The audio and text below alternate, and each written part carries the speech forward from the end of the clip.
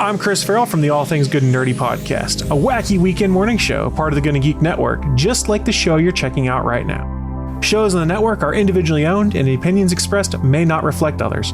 Find other awesome geeky shows over at GonnaGeekNetwork.com. Hello, welcome to Season 8 of the Intellectual Podcast. I'm David S. Dawson. Please be sure to subscribe to our show on Apple Podcasts, Google Podcasts, Spotify, iHeartRadio, or wherever it is you consume your podcasts. You can always visit us at theintellectual.com as well. And don't forget to follow us on Instagram and Twitter. Just look for @theintellectual on either platform.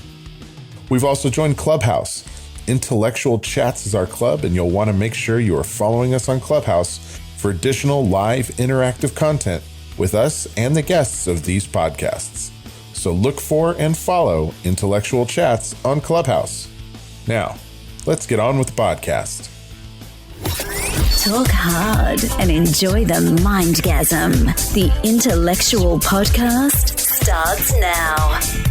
Welcome, intellectual listeners. We are here today with Agatha and Josyane, and they're here today to tell us a little bit about a play that they're presenting. So, Agatha, would you like to take it away? Sure. Hi, guys. My name is Agatha. I'm an actor, producer, and writer living in London. I am Lebanese, born and raised in Beirut. And I'm very excited to talk to you today about this play, Whispers, which is an online play based on writing by British writers who donated their writing as a way of supporting the theatre actors in the theatre professionals in Lebanon following the August 4th blast. And the aim of this play is to raise funds to rebuild all of the theatres that were destroyed in the August 4th blast, as well as help the community to make art again. So we came out in November the first time, and we raised 70 million Lebanese liras, which we have now completely dispersed to the theaters in Beirut. And now we're launching the show again on the 24th of April.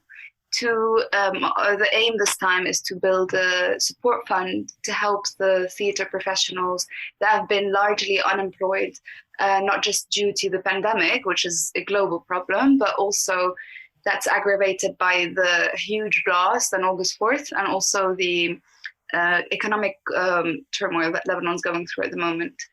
Yeah. So, Agatha, before you go on, because, you know, our show's predominantly listened to in America, and Americans are notoriously bad about caring about anything outside of our country on a regular basis.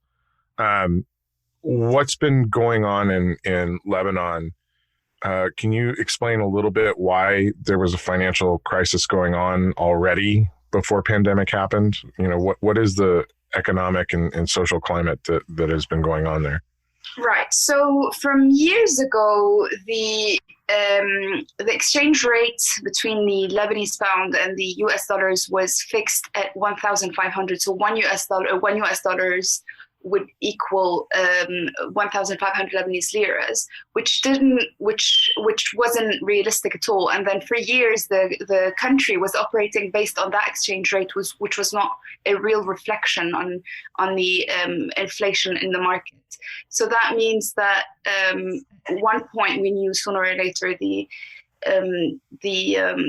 economic system was going to collapse, and that happened. It all started at the end around October 2019, which also coincided with the revolution, the start of the revolution in Lebanon, where people started demanding big changes in the government. And then obviously that's a long-standing problem. And then the huge issue that also came and aggravated everything was on the 4th of August, which was a huge explosion where about 3,000 tons of ammonium nitrate, which is a very explosive chemical, was stored in the middle of the port in Beirut, which is very much central.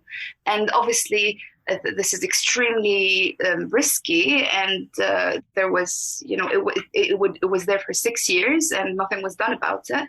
And of course, no safety measures in place whatsoever. And that caused the explosion, which then wiped out pretty much all of the city, a huge part of the city. 223 dead, 300,000 people lost their homes and got injured very badly. And obviously people lost their businesses, the infrastructure, the schools, the hospitals. So that only, of course, made everything much, much harder for the Lebanese people. And then, of course, this happened in the middle of COVID. Did that exacerbate issues around the pandemic that were already brewing? Exactly. And as you can imagine, the whole world is struggling globally with the pandemic as it is. And then you add all of that to it. It just made things very, very hard for the Lebanese people. Well, this is a pandemic that requires us to stay isolated, stay indoors, or stay, apart within our homes and within our communities. And suddenly all these people got displaced, right? Exactly. So, and then you go to the streets and you're trying to do first aid on people, but you have to keep social distancing. So it got very, very out of hand, very, very difficult. And at the same time, obviously, there's shortage in the hospitals, not just because they were destroyed, but also there's initially a shortage in the hospitals and in the number of beds and the equipment needed and the ventilators and all that's needed to kind of keep COVID under control. So it's fair to say I think Lebanon's been struggling quite a bit since 2019. Yeah.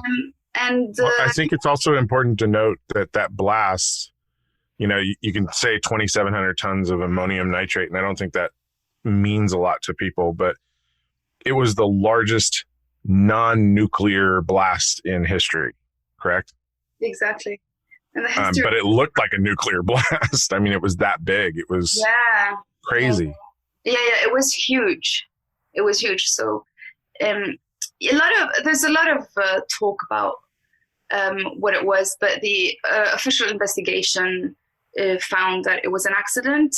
Mm-hmm. But I mean, it's going to get political if we go into why. So I don't think this is a good route to go down. So maybe we should keep this. Yeah, well, I don't think we need to get into the why. I just want to, for our listeners, I want them to understand the kind of devastation that blast was able to cause. Yeah. So, like you said, David, it is the biggest ever in the history of the world, the biggest non-nuclear explosion ever. And the most important thing to remind the listeners is that it happened in the middle of the city, not in a remote area of the country. Right, it happened right there on the docks, right in the middle of town. Yes, exactly. So then you can imagine how many people were out working. Well, obviously, it was COVID, so in a way, it helped like there was less people on the street than usual. But that didn't help loads because the impact was so widespread that it reached all the houses, all the areas that are around the port. So even if you were at home, you could still have your building, your house collapse on you. And there was a lot of damage and a lot of injuries. Well, I'm sure there's a lot of the high rises and stuff that just probably were then deemed unstable afterwards, even if they're standing and looked okay. Exactly. There had to have been a lot of structural damage that just makes them unsafe. Exactly. So now any minute, if an okay looking building could have cracks in the structures of it. So yeah, it's a lot of risk for the long term, I think. Wow. Now, Agatha, I know you're no longer living in Lebanon, but Josyane, you are. Did this affect you guys personally or like relatives? How close was this to your own homes? It was, I lived just in the suburbs of Beirut. I was not at home at that time. I was hiking in the mountain. So I didn't feel the tremor. I didn't hear the blast. My daughter was at home and she was traumatized for a very long time. And yes, all my friends living in Ashrafiyeh and Jemaisi and Mamkhail, all around the area, their houses were destroyed. Many of my friends were wounded and a few of them passed away. And we still till today cannot understand why this happened. And we're still struggling. And the Lebanese people became very sad, which is something that doesn't resemble us. We are a happy people. And now we became sad, very sad, because we are abandoned by our government, and they're not even trying to find solution to the economical crisis. They are not even trying to help the people. They just abandon us. They are so corrupted that they only care about their personal wealth, and they don't really give a damn about their people. And this makes us very, very sad. Well, that's understandable. So that's I mean, why we that's are heartbreaking. trying to help each other. Yeah, So it's very in hard. terms of And in terms of the especially art community, there were a lot of theaters in the downtown area. I would assume that's where here in the States, that's where all our theaters tend to be, is closer to the downtown areas. How widely devastating was it to the arts community, which I assume was already struggling because of the financial situation and from COVID? Yes. How devastating was the blast to the arts community? For the theater, all the theater were destroyed. And since the Ministry of Culture here doesn't really care about the culture, which is weird, but it's the case, they didn't even lend a hand. They didn't even mention the theater. That's why we reunite with Agatha and Lina, and we came out with Whisper Hamasat in solidarity with the theater community in Lebanon. I'm a theater producer, actress, and playwright, and Lina is the director, and Agatha, as she said, she's also the same in London. So we decided to help each other and to help all the community, because if we don't help each other, we will starve. I mean, we have to rebuild our theater. It's our mean of work. And so this is what we did. We sold the tickets for Hamasat, Whispers Hamasat number 1 back in November. We raised 70 million Lebanese pounds, which is not a lot now in dollars, but it helped a lot. The people rebuilt their theaters. And now, as Agatha said, we are launching number 2, Whisper Hamasat International, to help the young people who would like to produce. We want to do a fond de soutien, fund.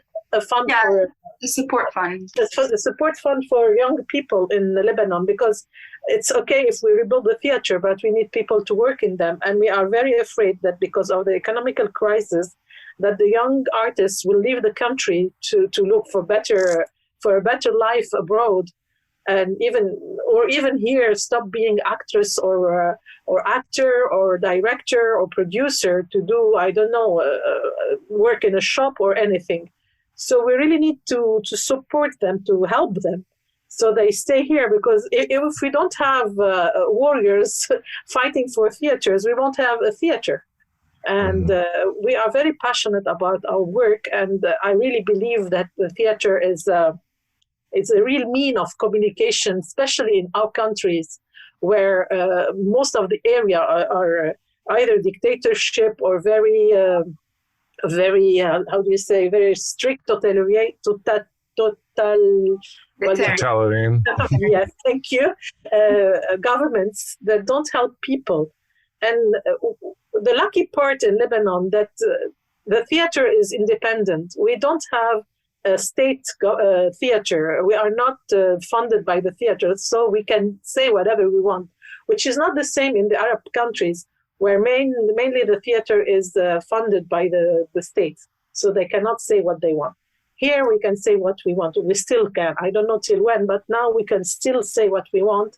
And it's very important to change the country from the corrupted society we're living in, the corrupted government, to try to change things. And I think theater is a weapon. It's a weapon of freedom, and that's why we need to keep it going. It's extremely important that we keep it going. Yeah, that goes back into why we're doing Whispers in the first place. Is because Lebanon and Beirut specifically has always been known as the place you want to go to in the Middle East, where you can create art and express yourself freely.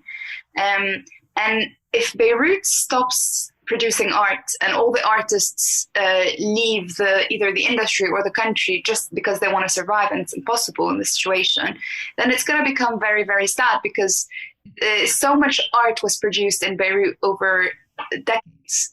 So yeah, that's what we're trying to hang on to. We're trying to keep the artists in the creative industry so they can go back to creating art, be it theater or any kind of art, because we can't afford for Beirut to lose that creative side of it.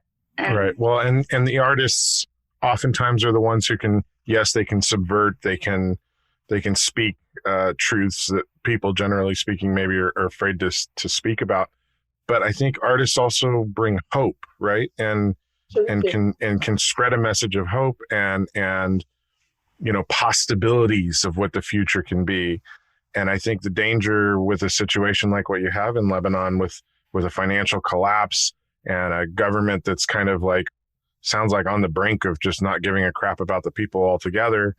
And then a blast and a pandemic, and the people can lose hope. And when people lose hope, they don't fight for the things that they desire and want because they feel like there's no point, right? Exactly. And that allows governments to turn into that totalitarian, that dictatorship, and seize more power than they should have. And I think everything gets worse. Well, and historically, David, you see that, like, whenever people are grappling for power like that, it's always the artists that they try and purge first, because the artists are the ones who are like, no, this is wrong, and I'm going to show you in every way I can how this is wrong before I get silenced, So yeah, the artists and the media. If you allow me, I can quote here John Steinbeck, who said the theater is the only institution in the world which has been dying for 4,000 years and has never succumbed. It requires tough and devoted people to keep it alive. And this is a quote that I really love, and it's really the truth, that you don't choose theater by accident. I mean, you are theater. It's passion. You don't fall into theater by accident. You choose to be in the theater world, and then when you are in it, it's impossible to go out of it. Yeah, it's the blessing and the curse. Like marriage.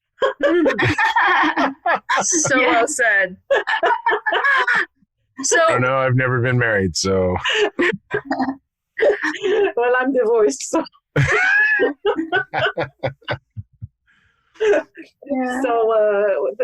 this is why we keep struggling, and this is why we keep fighting. And I'm totally passionate about theater, and I do believe that it's so important for us to stay standing and to keep walking, and to be able to create soon. It's been 1 year and 1 month, like everywhere in the world, of course, almost everywhere, that the theaters are closed here in Lebanon. Yeah. And we do hope that they will open soon, and we will be able to start working again and spreading our voices. And the Lebanese theater in the Arab world is the flagship of culture. The whole Arab world used to look at us. And this is what's sad, that Lebanon, that was a flagship for culture. It was an open dinner table for everybody. And people used to come here to dance and to have parties and to spend a great time. And now the decadence that we are living, it's atrocious. I mean, for me, it's so sad that in a year and a half, less than a year and a half, it's like, excuse the sentence, we were flushed down the toilet. And it makes me really extremely, extremely sad. Prices have rocketed. 55% of the people in Lebanon are now poor people. Misery is spreading like the plague, faster than COVID. And it's really sad. For me, it's the saddest thing I have lived. I've been through the war. I was born in 1962. I lived the war of Lebanon from 1975 to 1990. I was even wounded during the war. My ex-husband and I escaped by miracle. Survived by miracle. And I was never as sad as this year. to see that everything we have tried to build went down the drain because of corruption. This is the hardest thing you can live. Well, I was actually having a conversation with my brother-in-law yesterday about how precarious the security we feel we have really is. You know, like if you look classically at the fall of empires and the fall of nations, it happens fast. Like the seeds might be there for a while, but that actual turn is very quick. Yeah, I swear, it's like flushing the toilet. It's incredible. Yeah. And suddenly it's not there anymore. I mean, so many people left the country, brains left the country, doctors, engineers, high intellectuals left the country. And that's why I'm still here, because I believe that if I leave, all I have fought for all over the years were for nothing. And I really don't want to say that my life was useless, because I didn't fight till the end. Till the Josyane, last standing. You absolutely have to be commended, because I can hear like you are creating with a broken heart, but you're doing it because you're trying to make sure that this art and everything that you've always fought for continues on. And so I can hear the passion in your voice, and it's amazing. And I think it's wonderful that you reached out to Agatha to create this. That you reached out to each other, and after you guys created this, how did you bring others on board? Like, how did you expand to bring this passion project to everybody else? Agatha, your turn to speak. I've been talking a lot. See, we're a great team. When women work together, there's always equality and justice. The first step was getting the writers on board, obviously, to get the material in, because, as you know, you need to pay rights to any writing that you perform. So to get obviously that wasn't possible because this is a charity event. So I contacted the writers I know in London personally and told them the situation. Obviously they'd heard about how bad it was in Beirut, and they were all on board, and they were very happy to give us their writing free of charge, free of rights, and for us to just just use that as it's their donation, if you want, or their way of supporting the Lebanese artists in Lebanon. That's wonderful. They were great, really. So the first step was getting the writers on board. We got 6 wonderful writers. We had over 18 pieces of text that we chose from. And the next step was obviously Josyane contacted Lina, who's the director, and Lina was very much on board even before the writers, actually. And then after the writers, Josyane started contacting actors in Lebanon, and we're talking about A-list in Lebanon, as in the top-notch actors, the most talented, most highly acclaimed and celebrated actors in Lebanon and the Middle East. And it's like a miracle. Everyone just said yes. Everyone really liked the texts. Everyone really wanted to help. Everyone was willing to give their time and effort free of charge, just to support the theater industry. And that's how it happened. And of course, we also spoke to the production team. So we've got, production assistants, filming, editing, sound, equipment, all that. All of that was given free of charge, which was amazing. It just goes to show, even when they struggle, Lebanese people really just are willing to give. And that was tremendously helpful, because obviously as a result of that, every single penny that we raised went to rebuilding the theaters, because nobody got paid. They were just happy to put in time and effort as support, as donations.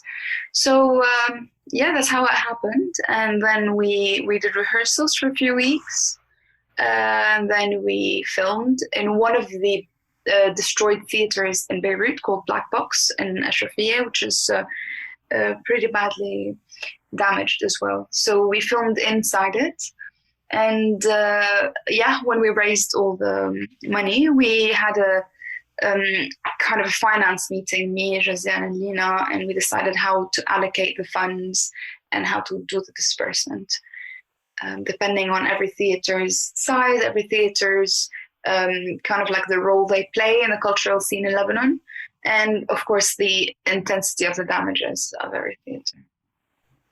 So I think that's amazing. Yeah, it is amazing that you guys had that outpouring. I mean, obviously you were up against a lot of challenges, but it seems like everybody rose to the occasion.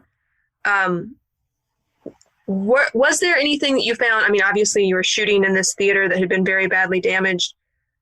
Were there challenges that arose that were unforeseen, and how did you guys address those?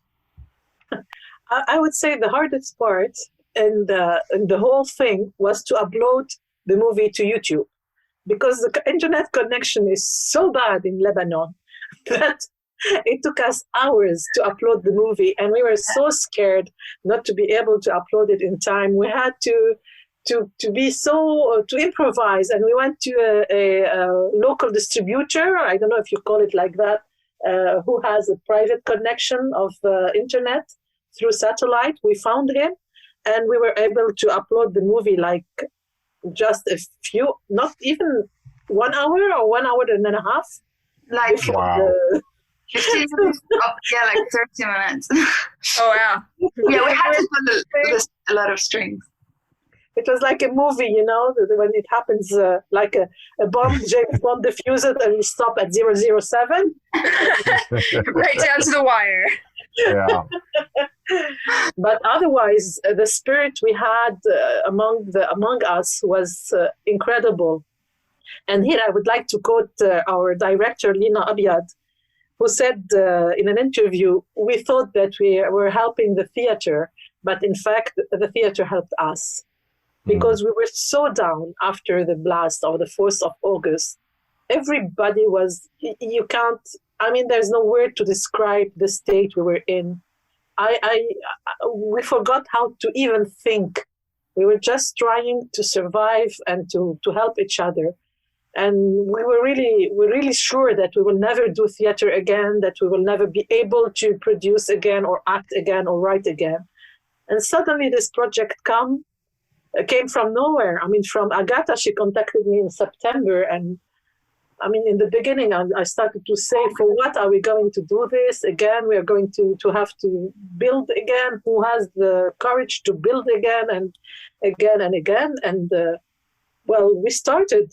And the more we worked, the happier we were and the more courageous we become. And hope sets in. Yes, and there was such a synergy between us, all the actors and all the team, that it was really better than Xanax or anything else. It was incredible. Yeah. It was nothing beats taking positive action for yourself. Absolutely. It was lifesaver, a real lifesaver. That's great. It really did help to feel, also for me, it's a bit different because I'm based in London. So, of course, it helped me in the sense that I felt, the minute the blast happened, I felt an instant feeling of loss and guilt, as in why them and not me? Why those people that were in the streets that day, those 223 people that had to lose their lives and not me? It's survivor's guilt, I think it's called. Yep, that's what it's called. Psychology. Yeah. So that made me just want to pour in every single ounce of energy I had and all the time I had into helping Lebanon. And as well also the same thing that Josyane mentioned, which is it lifts you up. It just lifts you up. It lifts up your mood to feel like you're doing something that might have a positive effect on other people's lives, rather than just sit in helplessness. So, yeah. I mean, I keep getting back to that thing of hope. Hope is so important, and as long as you feel helpless, you're not going to feel hope. But when you step up and kind of take charge of pushing yourself forward, like you drive yourself towards it, and you can build it up for others by building it up for yourself. And I commend both of you for the actions you're taking. It's really inspiring. Yeah. I would like to say something about the actors and the incredible work they've done, because they all took the text of the British playwrights, and they adapted them to our situation in Lebanon. And we came up with very strong text based on the English one, the British one. And each of the actors talked about real problems that we are living. It went from job interviews to the acting situation in Lebanon to the LGBT rights. Everything was said in this hour and a half. And it was incredible because these texts that were really from many writers and from different, with very different subjects, because we adapted them to Lebanese and we gave the opportunity to the actors and the liberty of them to add their experience, they finally get, like if they were wrote on purpose like that. I don't know if you understand what I mean, because I'm not finding the right words in English, but the fact that they were adapted to our situation. You were able to their take, own self. Yeah, you were able to take what was written for a different place, different time, different culture, take it in, and in the process of adapting it to it became your space, they made it their own. Yes, exactly. And the story, and we had a story. This is the amazing thing, that from this text, we're not attached to each other or related to each other. We had a story, and it was amazing to see how everything went in. Everything was intertwined. Intertwined. Thank you, Agatha. Intertwined, and it became like one story. It was amazing. Yeah, wow. But because we may have not mentioned that actually the texts from the British writers are completely separate monologues. Right. So they're monologues that are written in completely different space and time and for completely different characters. Mm-hmm. So obviously with the approval of the writers themselves, we were able to bring them in and then also first adapt them to the Lebanese situation, because not that we don't have, the writers are British, and the problems you have here in Britain are not the same problems you have in Lebanon. So you kind of need to find things that speak to the audience. But also at the same time, on top of that, the actors themselves really made them theirs and really were able to add that special, personal, organic touch that made it a lot more, approachable. And there was a thematic cohesion that was innate because they were all coming from the same background and the same experience in that moment. So exactly. And they've all been living through the same, hardships for the last while in Lebanon. So it came with the spirit. And there's something, I don't know if you believe in, there's something about this project that it just felt like it was just everything was falling into place just miraculously. Even everything was just like all the doors were opening. It's like when you're driving in a city and every single red light, traffic light is green that you go past, and you feel like it's just like it's like somebody wants it to work. I don't know if not everybody believes in a higher power or energy or anything, but it just felt like things were just working out, right, Josyane? I just felt like everything was just working out. Of course, because our intentions were good. I mean, we were doing it with our heart and with no agenda. We were honest with each other, and we were really doing it for a reason. So that's why everything was smooth. Yeah. On this show, we absolutely believe in intention. We often talk on this show about putting our intentions out into the universe, and I ask many of our guests what they want to set as an intention, because we've seen many times over that it comes to fruition shortly after they state it out into the universe. So, wow, that is amazing. That is very inspiring, Whitney. And I guess that that would explain how things went for Whispers. It just fell into place. Well, that's wonderful. So it fell into place. You guys had your first premiere, and it was well received. Yes, very, very, very well received. Overwhelming. Over 3,700 YouTube views for one show only, for one night only. Yes, it was really That's fantastic.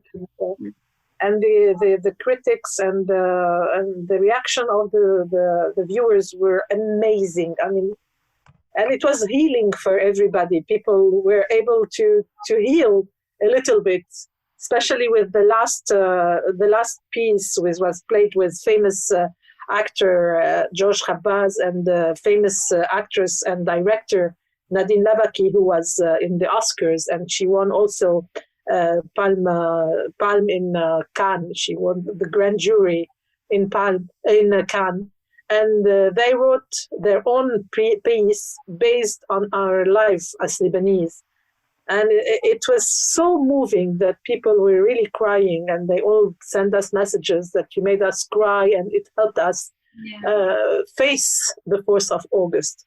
Because it's important to say that we didn't talk about the 4th of August in the play. The play was happening on the 4th of August before the blast. I mean, the subject. And it's like a rehearsal taking place on the 4th of August. And we stopped the rehearsal at 6 o'clock at the same time of the blast. So it was very important for us not to talk about the 4th of August because it was too soon. You cannot talk. We didn't grieve yet. Till now, we didn't grieve. We still can't talk about it because it was so incredibly violent. I mean, you can't imagine. I mean, well, and you're still living through the fallout. Like you haven't, yes. I mean, haven't really gotten past it yet because you're still in it. People are still finding shattered glass in their homes. Yeah. Even after all this time, they clean the house, they still find shattered glass in their houses. So imagine, and even if you go on the streets now in the asphalt, on the street, you see the small sparkling of glass still there when it's very sunny. And a lot of buildings are still not reconstructed. And to tell you the truth, I haven't been to the area since the blast. I cannot find the courage to go there. Wow. Also, I was always there because it's the party place. All the bars and the pubs and the restaurants are in this area. And I haven't been there. I really don't find the courage to face it. It's too hard. You know, I've been through the war from first day till now. And I think I've had enough battles. I don't want to battle anymore.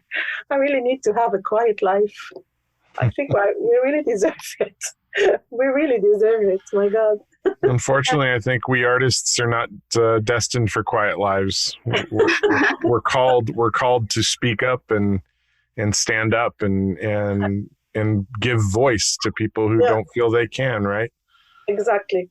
So take what rest you can, but I have a feeling you're not going to stay there for long. No. You are too powerful a woman, too strong a woman to stay quiet for too long. Stay quiet. Yeah. I'm never quiet, that's for sure. She's such a troublemaker. I think you both sound a little like troublemakers.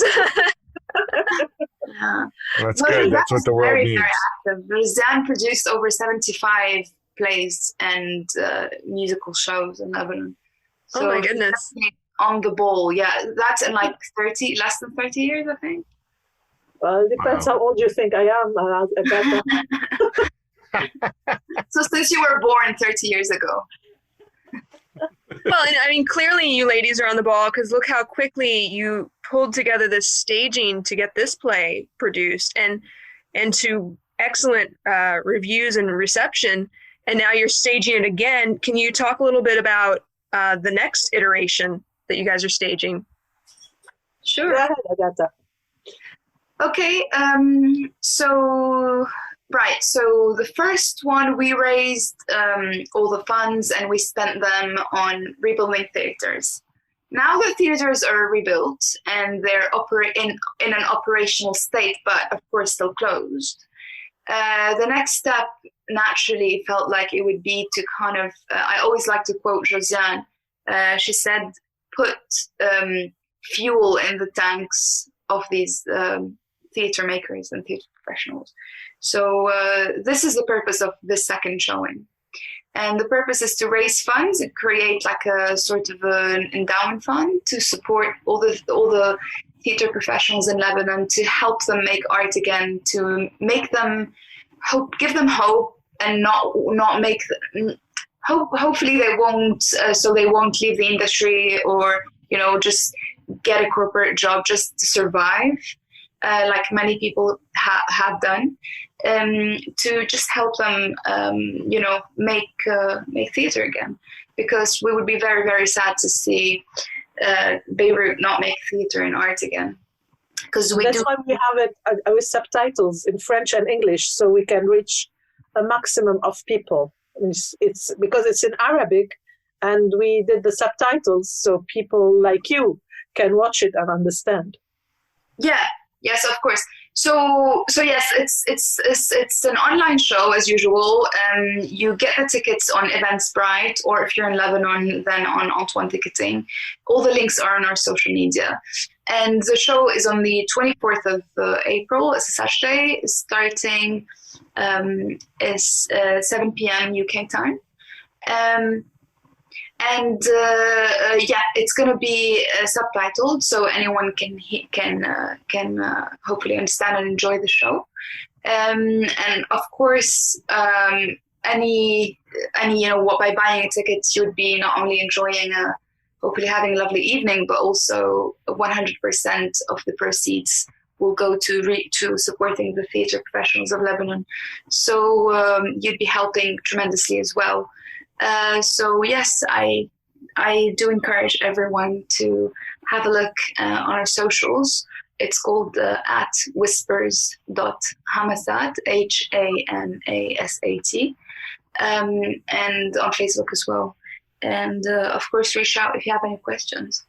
Now, if someone wants to go a step further and obviously they want to buy a ticket and see the show, but they want to add to their donation, is there a way for them to do that? And where would they find that?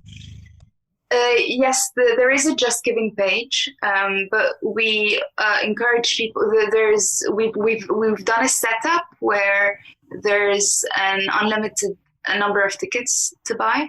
So if someone feels like they want to buy more than one ticket, so it's not like a room in a theater, and if you buy 30 tickets, you fill that with the room. You see, it's an online show, so you can buy as many tickets as you like. So there's two ways of supporting, as you said, going the extra mile.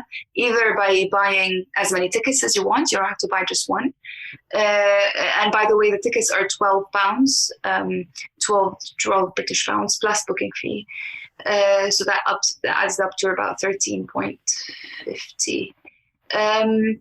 Yes, so either you buy as many tickets as you like, there's no limit, or you can donate through the Just Giving page, which will be also presented on our socials.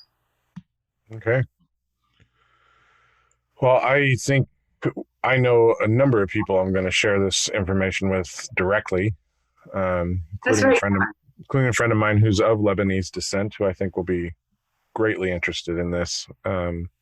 I think a lot of people will be very interested in this. It is a great show, to be fair. I mean, obviously I'm biased, but... Sorry, Josyane? It is a really good show. It's funny, it's emotional. Oh, yeah. The actors are wonderful. Yeah. The actors are just incredible. Yeah. And it touches on many important subjects like mental health, depression and loneliness in COVID times and lockdown, LGBT rights, women's rights, women in the industry, in the creative industry, and how women have an expiration date tag on them in the creative industry. And of course, anxiety, self-esteem issues, and a lot of really, really, really important subjects. I'm pretty sure, like a lot of people did say that is a show that made them laugh and that made them cry and then made them even scared, because there's a bit that's horror inspired. But you'll definitely walk away thinking and walk away having had a great time, and most importantly, walk away having made a huge difference in Lebanon. So hopefully you'll be as passionate as you ladies clearly are. I'm sure everyone else who was involved in this show is equally passionate. Absolutely. And when everybody is giving their all to that, like, how can it not be a freaking amazing show, you know? Thank you.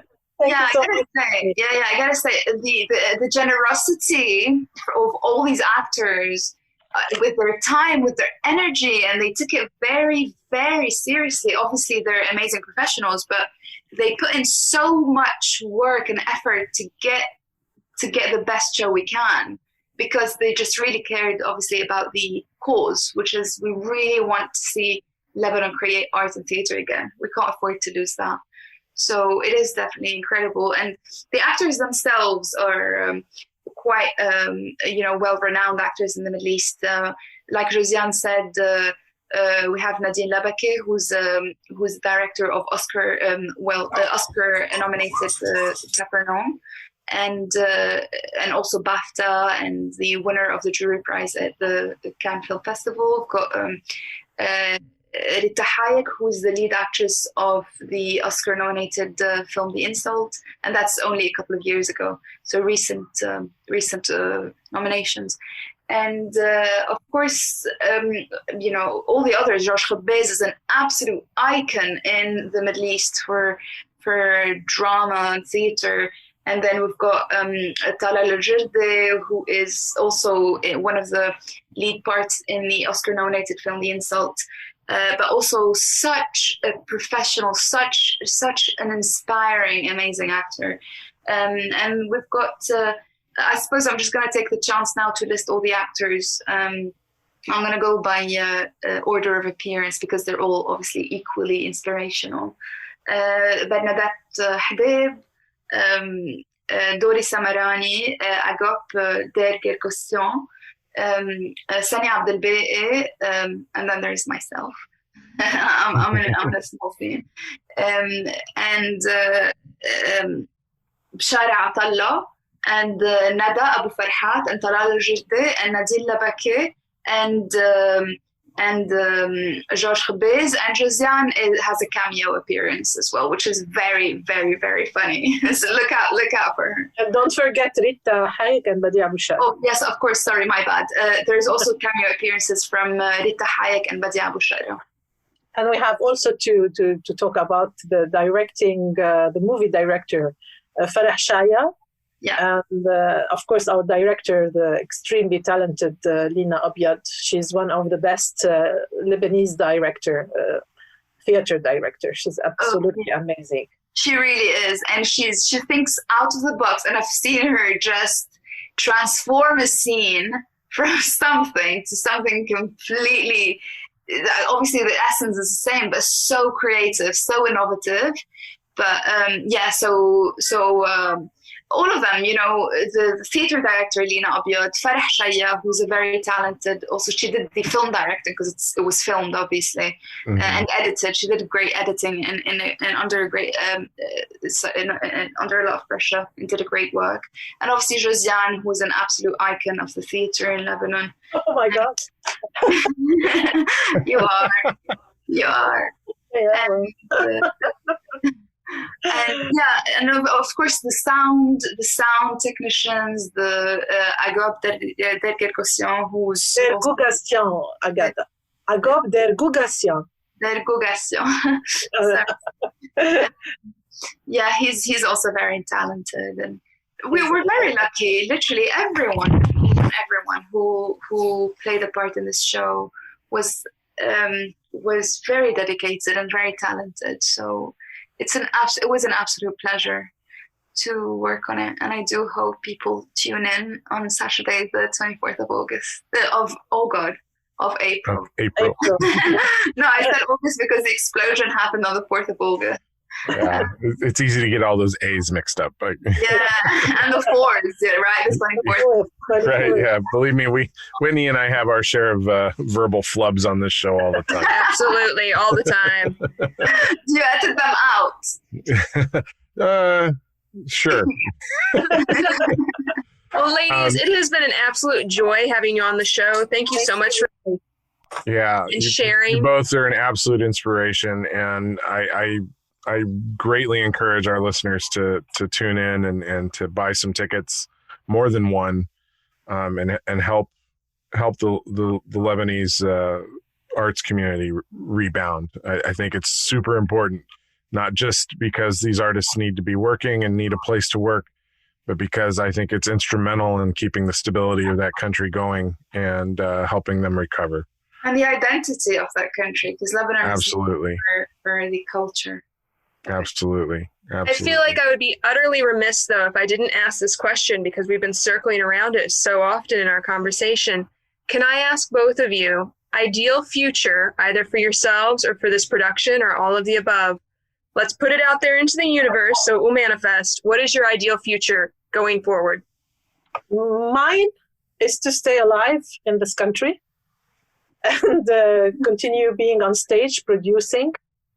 And the real dream of mine is to have a house in an island in the Caribbean.